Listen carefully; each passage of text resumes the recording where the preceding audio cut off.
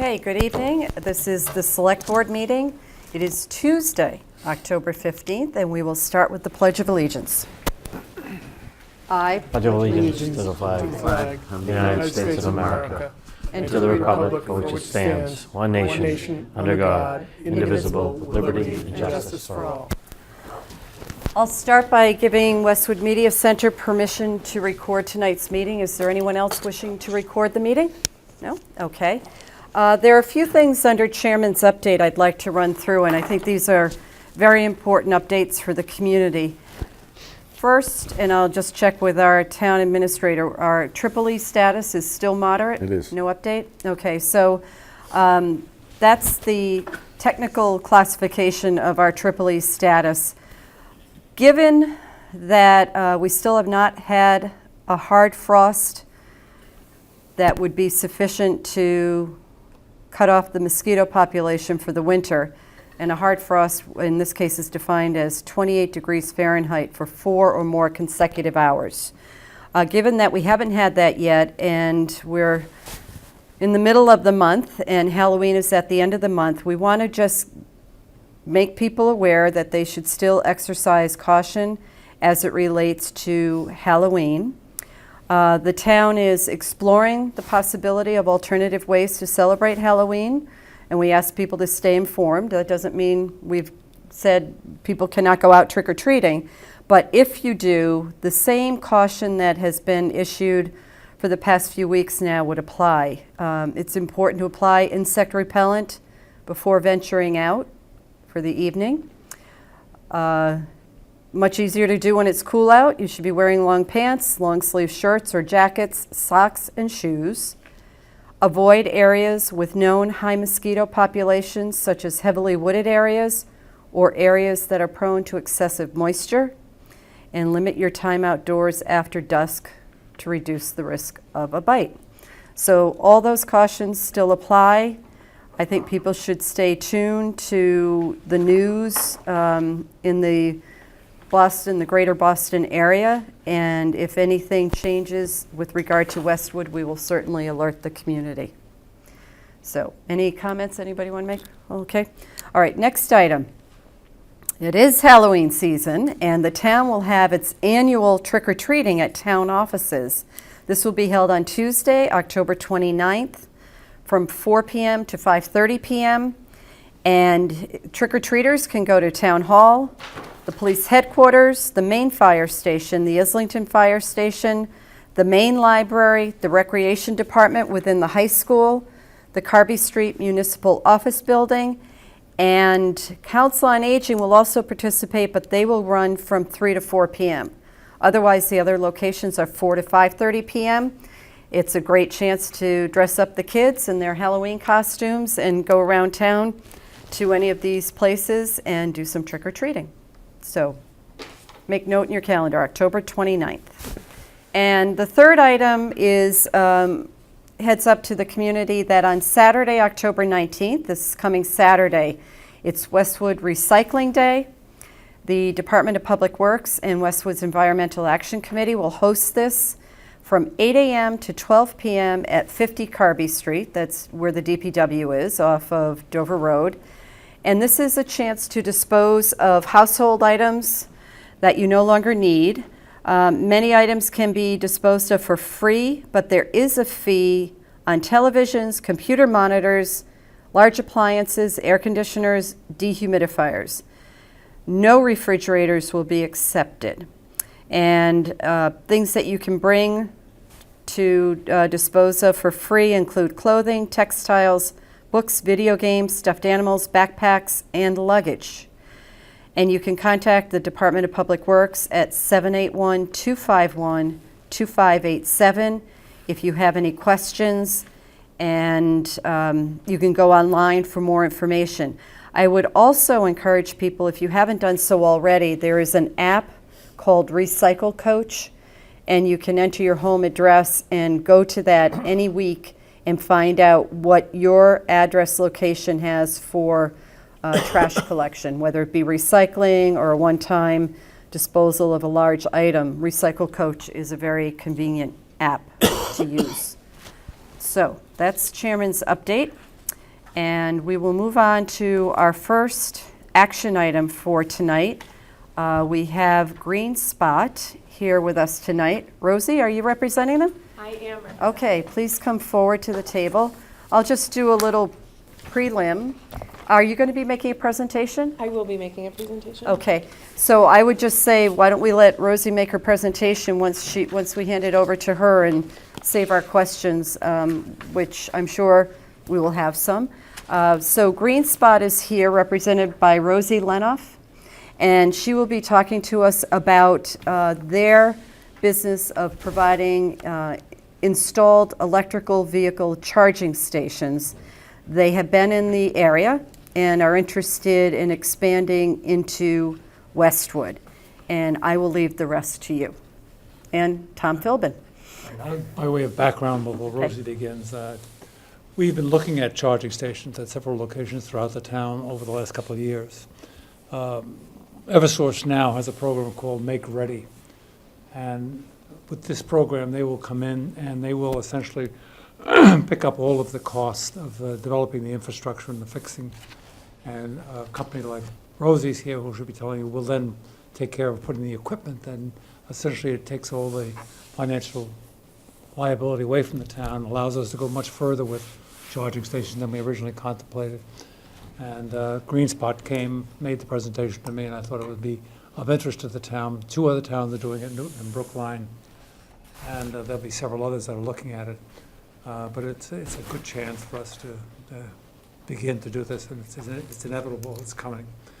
And it's a good way to start. So with that, I'll let Rosie fill you in on Green Spot. Okay. Thank you. That was excellent. I think I'm done here. That was, just kidding. We're all set? Yeah. My name is Rosie Lenoff, and I'm the Business Development Manager at Green Spot Smart Mobility. We are an electric vehicle network provider based out of Jersey City, New Jersey.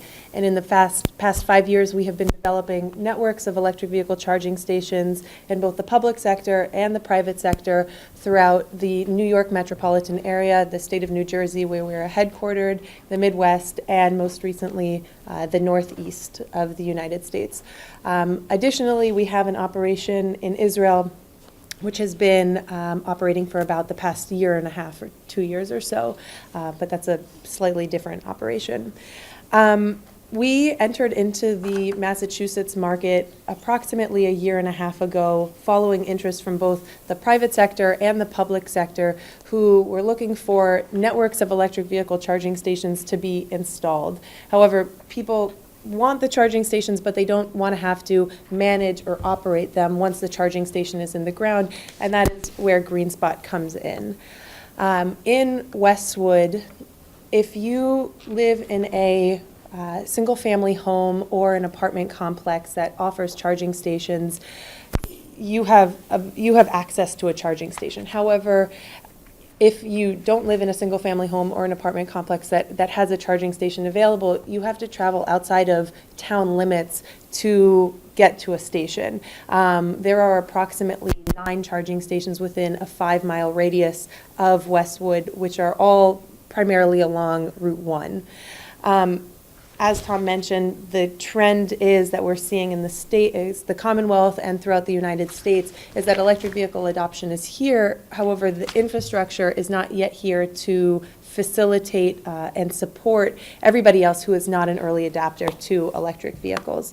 This is a solution that Green Spot wants to offer, the fact that Westwood currently has no publicly accessible charging stations in the right-of-way. Green Spot installs, operates, manages, and maintains publicly accessible charging stations at no cost to the municipality. We do this with 0 taxpayer dollars spent. In return, we ask for 2 main things. The first is adequate time to, the first is the rights to install the stations, so the rights to the land to put the stations in the ground. And the second aspect is the adequate time to recoup our initial investment for putting in the stations and operating our program.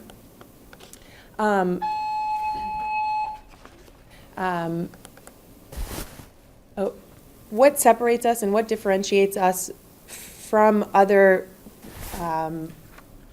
providers of charging stations such as ChargePoint or EVBox, et cetera, is our focus on the end user experience and our focus on the community at large. I can tell you we're very excited that tomorrow our first charging station is going to be installed in Newton, Massachusetts, in one of Newton's municipal lots. I'm working with the installer. I'm here today in part because our station is going in tomorrow. And this upcoming Sunday, if you're not all aware, the Green Newton Expo is happening. At this event, GreenSpot is going to be presenting. We're going to have with us a charging station, and we're going to be speaking about our program and educating the community about what it is that we do and why it is that we are putting in charging stations in locations throughout Newton. We interact with the community because we want to put in infrastructure that the public uses and that the public can take advantage of. If the community doesn't know about our charging stations, or they don't know how to use our stations or how to use our charging station app, the infrastructure is of no point to the town, and it wastes GreenSpot's money for putting in the stations. So for this, we interact with the community either on a daily basis or on a weekly basis through social media, through events online where we can answer questions, webinars, through going to community events, speaking engagements at town hall, or working with other local community stakeholders to say, hey, this is our app. This is how you use it. This is how you download it on either the App Store or the Google Play Store, and you put it on your phone and you figure out where the closest charging station is to you. Because community engagement and end user experience is paramount to none for what we do. Like I said, if people either don't know that the charging station exists or they don't know how to use the charging station, it's of no point to either entities. In our time working in the Commonwealth as well as in other locations throughout the United States, we have expanded our partner list, and two on this list that I think are most important to point out are Eversource and National Grid. As Tom mentioned, Eversource has a program called the Make Ready program, where they are covering 100% of the infrastructure costs necessary to put in place electric vehicle charging stations. This is one of many programs being initiated either by a utility or either by the Commonwealth to increase electric vehicle adoption. You might not be aware, but in 2013, Massachusetts joined a nine multi-state coalition to increase zero-emission vehicle events and programs to get people on the ground aware of charging stations and purchasing electric vehicles. So this Eversource and National Grid program that GreenSpot is very much a part of is definitely a part of the larger picture to see increased EV adoption in this general area. GreenSpot has created a preliminary list of locations where we believe charging stations would be adequately placed for the end users of Westwood. We've come up with 6 locations that, as I said, were done in conjunction with various stakeholders throughout the town, where we believe we would see adequate utilization, whether they're near a recreation center where people spend a significant amount of time, or they're near a train station where people could park and use the station. These are preliminary, and they're up for discussion, but we would like to install. At Door open though. at each one of these locations. You can't close, excuse me, just ask them if they can, thank you. We would like to install 2 dual port charging stations at each one of these locations, and then eventually expand following a pilot project and following data gathering of these stations if deemed appropriate. If we were able to see adequate utilization, then we would expand from here. GreenSpot we have been operating, as I said, our charging station program for the past 5 years. We have stations coming in the ground in Newton tomorrow and in other locations farther on down the month. And in Brookline, the program that we are launching is going to be along the Beacon Street corridor. So it'll be 5 different locations with 2 charging stations each. Right now, the only thing we're waiting for is Eversource to finish their drawings, and then we'll be able to install our stations. But we are growing our network throughout the Commonwealth, and we are offering this program to install, operate, and manage stations at no cost to the municipality, because we know that electric vehicle adoption is coming. We want to help facilitate it in a way that makes sense financially for municipalities all throughout Massachusetts. So, thank you very much. Hopefully that was around 10 minutes. That's great. I have a few questions, but I'll turn it over to my colleagues to start. John? How many people in Westwood own electric vehicles? Pardon? How many people in Westwood? Own electric vehicles? Oh, that's an excellent question. The number, I don't have off the top of my head, but I know that given the number of Tesla dealerships that are here, one in Dedham, there's one in Watertown, and a few others, the number is significant. And if people don't own EVs here, they pass in and out of this area with EVs. So it's not an insignificant number, but I can get back to you on that. I would appreciate that. And so if I buy a Tesla, I can presumably afford a charging station at my house. Presumably, Correct. but not, Yeah, I know somebody just in that position. Yeah, people who buy Teslas have these at their house. I guess I'm most concerned about the locations and the number of parking spaces that you're looking to take. You said you spoke to a number of stakeholders for these 6 locations. Who were they? I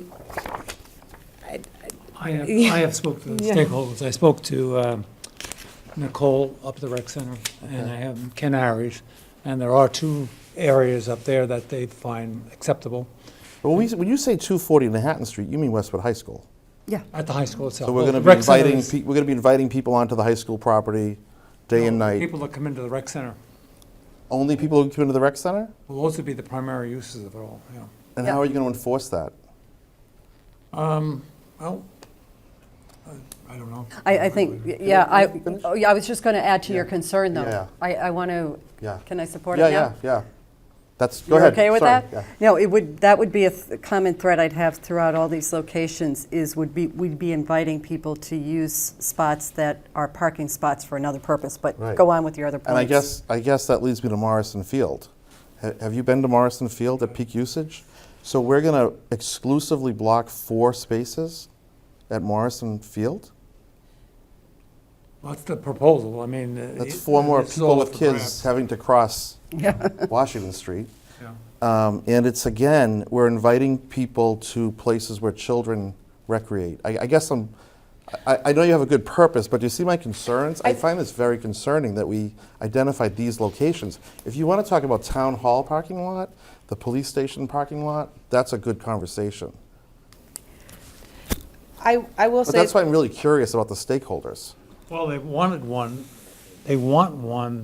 and they've requested that if I were to go ahead with any charging station, that I put 1 at the Council on Aging and at least 1 at the rec center. For example, right now, Nicole has a Clarity, that's a town car, that is a plug-in hybrid. And she obviously would love to have one in that vicinity. And there are a number of students, from what I hear, that have electric cars that come in, but they can't recharge them here. But the plug-in hybrids also, as well as the pure electrics. I'm willing to bet the students who are driving have a port at their house. Just got to place a bet. We Well, know, it's a 240 circuit, so a lot of houses don't have that. It's a special circuit you have to put in. You just don't, you can plug into the 115. Oh, I know. But then you're there forever. I just, I can't imagine when I was in high school that I would own an electric vehicle. But anyway, so, this sounds great, and it's all, part of a bigger purpose, but I saw this list of locations and just thought, like, wow. I don't know what people were thinking. Well, this is why we're discussing, but I have to say, I share all the concerns that John mentioned about the locations, and I'll add one. The Islington Community Center and lot is construction site, at least now, and the new site will be. So I guess one of my concerns from a business standpoint, Rosie, is there a critical mass that you need to be able to do this, or are you just hoping to create a presence where we can agree it's appropriate, and, you know, would that be enough? Because three of these 6 are definitely questionable right now. It's definitely a chicken or an egg. Do you put in the charging stations and then people purchase the electric vehicles, or are we catering to the early adopters and showcasing to the rest of the community that these charging stations are available and now you have additional places to charge? I will say that I have not done this, and perhaps this should be part of the research, is to go to these locations and to count the number of electric vehicles that are in the parking lot, either fully electric or partially electric vehicles during peak hours, and seeing if there's the need for charging stations at these places. I would guess that, you know, at least 2%, at least 1% of the people in this parking lot have electric vehicles and would be using that spot if they, you know, could charge their Model X, if this is a rec center and this is a place where children are there. As of right now, to answer your question more specifically, no, we don't have a number for critical mass. Okay. But we know that this is the direction that everything is moving. And so we want to create the infrastructure when opportunity from entities like Eversource are helping offset the CapEx to put in the stations, while the opportunity is on the table, instead of waiting 5-10 years Yeah. when everybody has EVs and the opportunity is not there anymore. Yeah. So I would say you don't want to encourage people to park at Morrison Field to charge their vehicles. That's, Well, That's- let me offer, kind of a question. One of the reasons for Morrison Field was that there are a lot of people that use the MBTA train. and aren't supposed get to in. park at Morrison Right. Field. We don't want them in there all day. Well, they park on the far end, and we haven't been discouraging them from doing that. The idea would be that they would have charging Well, stations let's just say we don't want to available. encourage know, I them, know, and I this would just- encourage it. And that reason, that was my other question though. So in the city of Newton that's going to do this, so in a parking spot, there's the charging station. Can anybody use that spot, or is there No. do the police ticket that car Yep. that's non-EV? Is Yeah. Downtown, that's a ticket you that what they do? Yep. We worked with the city of Newton to implement that in, Yeah, so And that then takes away. is there a time limit on that EV? Yes, in, What is like it? a meter. Oh, it's like a meter? Yep, it gives you a meter. Correct. And as a charge, too. correct. And so in some of our locations, especially locations where the city or the town wants to see high turnover, if it's just for an example, if it's a 1-hour time limit for either a regular car to park there or an electric vehicle, we can double, we can triple, we can quadruple the charge of the station to disincentivize people from staying there too long. And what on average, what does it take to fully charge a car? Well, if you're going, rarely, how often do you, I'm just going to assume, let's say you own an internal combustion engine, how often do you get to zero? Rarely is somebody at I don't want to admit that. Okay. Rarely is somebody at that low, but a traditional level 2 station, you can get about 20 to 25 miles of range per hour. If we're installing DC fast chargers, which are direct current charging, you can get about in 20 to 30 minutes, you can get about 80% charged. So it depends on the type of station that is installed. And we have some at We have two. Carby, not Green Spot, but we already have a couple We there. have 2 Nissan Leafs, and then also you don't need a big charge on the plug-in hybrids also. It's a much quicker, smaller range. Why wouldn't you put Carby in this list? What's that? Because it's already there. They already have 2 charging Oh, stations. they do, okay. We already have one We there. already have a product. So again, I want to just go through, Islington Community Center is a construction site now or in the future? I mean, it's, maybe down the road it might make sense, I don't know, but that's At the where you said this? Islington Community Community Center. Community center, yeah. And then Morrison Field, we can't afford to remove parking spots from the inventory of spots at the If you field. want to do infrastructure fixes, like the digging and the tying in that they'll need to do, the time to do it is when you're doing construction, the best time. Correct. Okay, then I'll have to think about that more. Again, Morrison Field, to me, that's off the Yeah, table. We And could would put an it on alternative- Washington Street. A possible alternative to the Morrison Field be the parking area where the DPW shed is, to put 2 stations there that could be used as a charge. Okay, well, Or we could It's a put on non-starter Washington to me, Street, but I don't where know. CVS is now. Recreation It's just so center. tight there.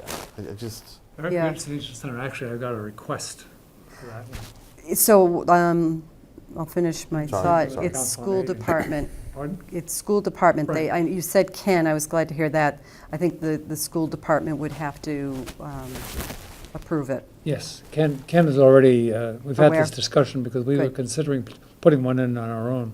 My question, though, is if Nicole has that kind of vehicle, what was the thought about where she would be charging it? Charges at home. She's doing it at home now. Okay, She's got a hybrid, so it's not a complete It's not AV. as heavy a charge. You can plug it in at 115, just right into a normal socket.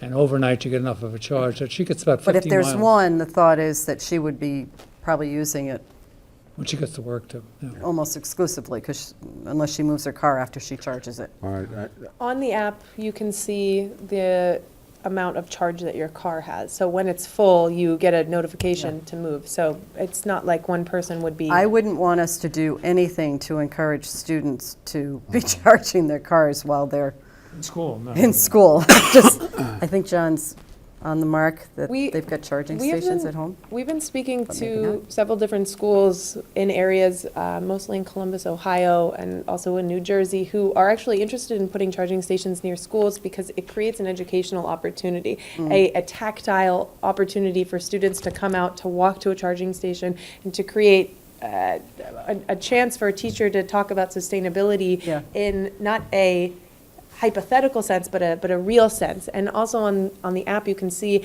how much carbon you're offsetting by charging. I would say you should talk to Emily Parks, the superintendent, about what she thinks in terms of maybe in the teacher's parking lot or something. I think there might be an opportunity there because those cars come and go. And what I have in the back of my mind that I don't want to encourage in any of this is people now parking their cars around the town when they get back home or something. Is You know, I there don't- a rule in place already that says that you can't have trespassers can't come onto to school property during school hours? Is there any language No, we about have that? it. No, we have a Not that I designated. know inside the of. buildings. Only inside Only the inside building. buildings, yeah. We, On the what we building. have is designated student parking at the high school and a designated faculty and guest parking, and then there's parking on the street to the administration building, so, but what I would say though is, I mean, if you put one or two at the at the Council on Aging, and then you look at the utilization data, that's when we should talk about expanding it along Manhattan Street. Right? Because I mean, a year from now, if you have two at the Council on Aging, which it seems like there might generally be some agreement on, you know, look at the utilization data. I mean, I would always be Right, I don't think skeptical of inviting Right, people underneath onto it. high school property, but at least you have some sort of mark. yeah. I mean, right now, it's just shot in the dark, right? We don't know how many vehicles are in the area. We don't really know. There's not a like town that has done this that we can look at as a gauge. So sort of it's like build it and they will come is, I think, part Yeah. of the theory that's going on here. If they're available, people might use them or might be more encouraged to get electric vehicles. There's not zero electric vehicle adoption. People here own electric I know vehicles. they do. If you drive down the street, you'll see Leafs and Bolts and But we have no Teslas. idea how many of them are charging at their homes. We just don't know that. this is information that I can certainly help give you, though. Great. So, That would be great. yeah. But it's less likely that a person from Westwood is going to be seeking out these. It's gonna be somebody people that's traveling through. traveling that's Correct. running low on Gets the app on that says, their "Oh, fuel. they got But one you're on Looks the missing at the an app. point. No, And correct. that's what we want to attract to Westwood High parking lot. I'm just not, I don't know Well, that I that's- think Could the be issue teachers, is to, with electric vehicles, is to have a place where people can feel comfortable that they can get charged up. And so they'll invest in an electric car vehicle. There's only a range. I think that's the gating issue with electric car vehicles is the range that it has to can drive. travel, right? It's becoming less and less of an issue because batteries are increasing, but to everybody's point, approximately 80 to 90% of charging happens either where people work or where people live. We are looking to target that other 10 to 20%. And that's why we identified these locations, because they are places where people spend a fair amount of time, and it's where there are a significant amount of employees that might be able to utilize this station. So I certainly hear your point about not wanting to attract the wrong sorts of people to certain locations. And with that being said, I will send information regarding EV utilization and number of EVs owned in the area as well as the greater Boston area as well. Rosie, is there a smart system where it could be shut off overnight? Where it could, there could be a location, for instance, we don't want to encourage On a people timer? to store their car in the high school parking lot overnight, because that's where they could find a charging station. Is there a On a way to timer? say nothing after 8 p.m., for We instance? could certainly, Is the system smart enough to do that? it certainly is. Oh. In other locations, what we've done is depending on the location, we've either increased overnight charging to be, triple, quadruple the amount that it would normally be, or we've decreased it to actually encourage overnight charging because of load demand and demand response. But So you have to customize it to your exactly, client. and that's not a problem. It's Community. something that we are. Madam Chairman, a concern as I sit here and think about it is, you also have to be leery of snow removal situations. You don't want cars parked at the Council on Aging or at the high school or places where you've got to get those lots clear so you can operate the next day. Yeah, I mean, I've seen, not the Green Spot product, but, and I'm sure we all have, where it's becoming more prevalent in private property, things like malls, where people, Chestnut Hill Mall, for instance, has had some for a while outside. Somehow they must manage Yeah, I don't the know snow how, but it would be. removal. I can think of a developer in Islington that might want to put some inside. I think you're pursuing the private entities in the Yeah. community as well. Yes, So this the is train our station piece. with the MBTA and Right. Where's- the mall, the Do you have Westwood questions, or have we University exhausted the air in Station. the room? Fine. I believe it's in both the contract that we sent as well as the proposal, snow removal is an aspect of it, and Green Spot takes responsibility to that. It's part of the management and the maintenance of the Should look at station. that. Yeah, I'll have to take a So look take at a it. look at the wording It's and, a 20-page contract. I didn't really get it to. 40. Well, I think this is, I think this is What I a saw great, today this was is a 20, great so- conversation to have, and I think some of these would be great to do. I just think some of the locations. No doubt that we're going to learn a lot. I mean, there's a lot we don't know. Yeah, but I think we should focus on where it seems to not be creating something that might not have a good effect. I think let's get some experience under our belts, and I think the school department should be involved in the discussion.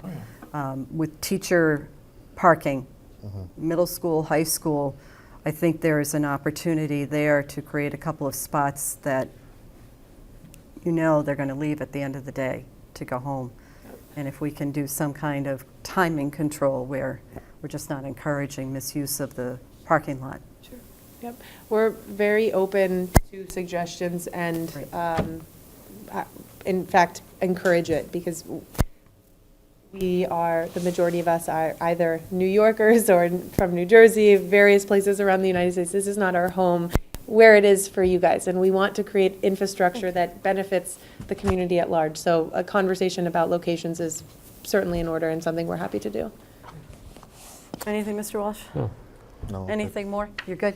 So with that feedback, I think there's a little more information to provide, discussion probably with the superintendent, with Ken, to talk about where on site it might make sense in addition to the recreation center, but we can't agree to it for them.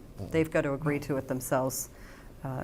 So the authority for the school properties Absolutely. rests with a different board. And why don't you plan to come back to us in the near future, and we can move this along. Okay. Wonderful. Thank you, everybody, you. for your time. Good luck in Newton tomorrow. Thank you. Okay. Thank you very much. Thank you. And if you're interested, come to the Green Fair on Sunday. That's quite a fair. It's like I've been there 10 to before. 4, something like that. Yeah. In Newton Center? Fair. In Newton Center, correct. We'll be there, so, Okay. thank you. Thank Thanks, you. Rosie. Thank you. Okay. Thanks, Tom. So next on our agenda is an update on the Hale Task Force appointments. Back in the summer, in July, we had representatives from Hale here, including the consultant to Hale, to talk to us about their long-range planning and some ideas they have in how to protect the Hale property. And by that, as they explained, and which is the case, the property right now, all of Hale, what's in Westwood and what's in Dover, if they needed for financial reasons to sell land, that's developable land. It's not in conservation. It's not protected in that way. So that's where the term unprotected comes from, meaning that it could be sold in whole or in part. That's not Hale's intention. It's not their long-term plan, but they're trying to figure out how to establish Hale for the long term that protects both their financial strength and the land that makes up all of Hale. So we agreed back in the summer to delegate to the town administrator creating a task force, which I understand you have done. I have. And also that Dover has done the same thing. I have. Because the property does Half and- exist in it's about both half and towns. And the task force will work with Hale to do the following. First, to familiarize itself with Hale's plans in the property, review the present conservation restriction proposal and its valuation, discuss improvements and refinements intended to strengthen the proposal for the Westwood community, discuss the strategy and timing of advancing the recommended proposal, liaise with the Dover Working Group, and ultimately present its findings to our board in Westwood. And likewise, Dover would be doing the same thing to present to the Dover board. You're not asking us to take any action tonight, correct, Mike? Right, this was It's really an information. update? Yes. And I see conflicting things. In one set of material, there's no chair, and in others, it says that you're the chair. I don't know what the case is, but given that you're retiring soon, is that really? So the way it would work, it's a town administrator appointed committee. The Okay. intent is for the town administrator to present a report that the task force is helping the town administrator prepare and discuss. And so my name is there for the moment. The new town administrator's name would then be inserted in my place, and he would Okay. take over. Okay. Okay. Any questions for Mike on this? This is really just an update for us to know where things stand. And No, thanks for the John appointment. Hickey will be our You all. representative on the task And I force. think it's just very interesting. Yeah. I'm looking forward to it. Yeah. And they're kind of focusing in on a day that I think that I know, sent you an that was information. one of 2 emails I haven't responded to. Okay. Okay. Next item under old business, we have 2 appointments to make at the request of our town clerk with the 2020 election season in the near future. There are 2 Westwood residents that she requests we appoint to serve as election officers. One is Mary Ruth Geishecker, and the second is Alyssa Cutler, and these would be appointments if we make them tonight for terms to end June 30th, 2020. Any questions? No? Motion, please? I move that we appoint Mary Ruth Geishecker as an election officer for a term to end on June 30th, 2020. Second? Second? All in favor? Aye. Opposed? move- None? I also move that we appoint Alyssa Cutler as an election officer for a term to end on June 30th, 2020. Second? All in favor? Aye. Aye. Opposed? None. We have minutes to approve. Do you have copies to give us, or? I know you've sent them to us, so that's, and several of these meetings were focused on the town administrator selection process.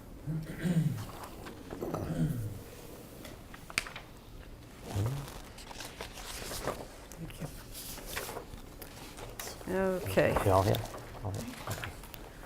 So starting with September 16th, which was a regular meeting, Correct. any? Yeah, I'm distinguishing regular meetings from town administrator meetings that were, so the regular meetings, all of them, yes. September 16th, any changes? Nope. Nope. Motion? I move that we approve the September 16th, 2019 Select Board's minutes consisting of 8 pages. Second? All in favor? Aye. Opposed? None. September 18th. This was the night we conducted interviews of the Correct. 4 finalists. Any changes? No changes. Okay. I move that we approve the September 18th, 2019 Select Board minutes as written. Second. All in favor? Aye. Opposed? None. September 23rd, we had some business, and we also had a discussion of the town administrator selection process. Any changes? Nope. Okay. I move that we approve the September 23rd, 2019 Select Board minutes consisting of 3 pages as written. Second. All in favor? Aye. Aye. Opposed? None. And lastly, October 2nd, where we actually made the selection of our next town administrator. No changes. Any changes? No? Okay. I move that we approve the October 2nd, 2019 Select Board minutes as written consisting of 2 pages. Second. All in favor? Aye. Opposed? None. Excellent. Thank you. Thanks, Tish. Any other business that may come before the board at this point? Our thought is we're going to go into executive session and return to open session. So anything at this point? Okay, so, something I'd like to do before we go into executive session, I want to note that our next meeting is on Monday, October 28th, here at the police station. And one of the agenda items we will include at this meeting is a kickoff to the 2021 budget and capital expenditure discussions, and it will also now include a discussion of long-range planning.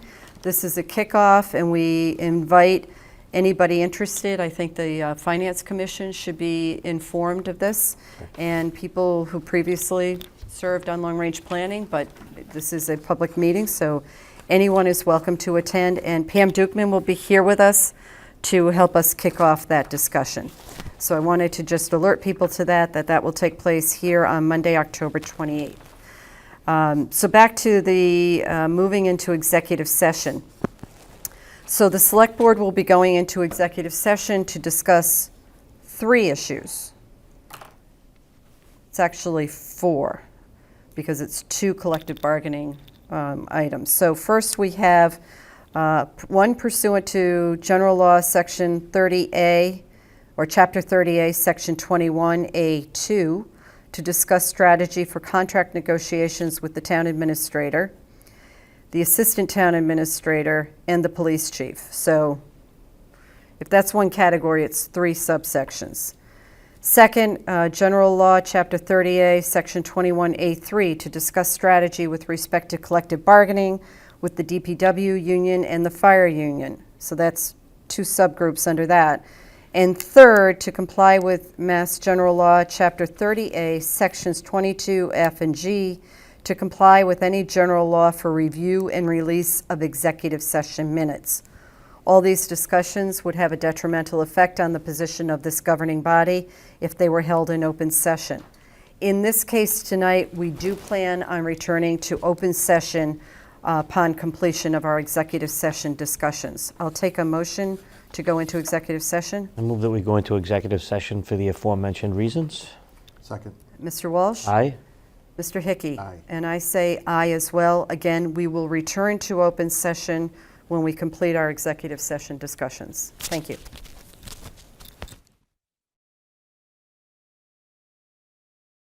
Okay. Welcome back to the Select Board meeting on Tuesday, October 15th. We have completed our executive session discussion, and we are back in open session for 2 purposes. We will be voting approval of the contract with our new town administrator, Chris Coleman, and approval of a contract with our assistant town administrator and finance director, Pamela Dukeman. So I will take a motion to approve the contract with Christopher Coleman. So moved. Second. All in favor? Aye. Opposed? None. And on Pam Dukeman. I move that we approve the terms of new employment contract for Pam Dukeman as the assistant town administrator slash finance director. Second. All in favor? Aye. Opposed? None. Any comments from the public or press? And again, our next meeting is Monday, October 28th at 7:30 p.m. One agenda item, as I indicated earlier, will be to kick off the discussion of the 2021 budget, capital expenditure discussion, and also for purpose of discussing long-range financial planning. Motion to adjourn? So moved. Second. All in favor? Aye. Thank you.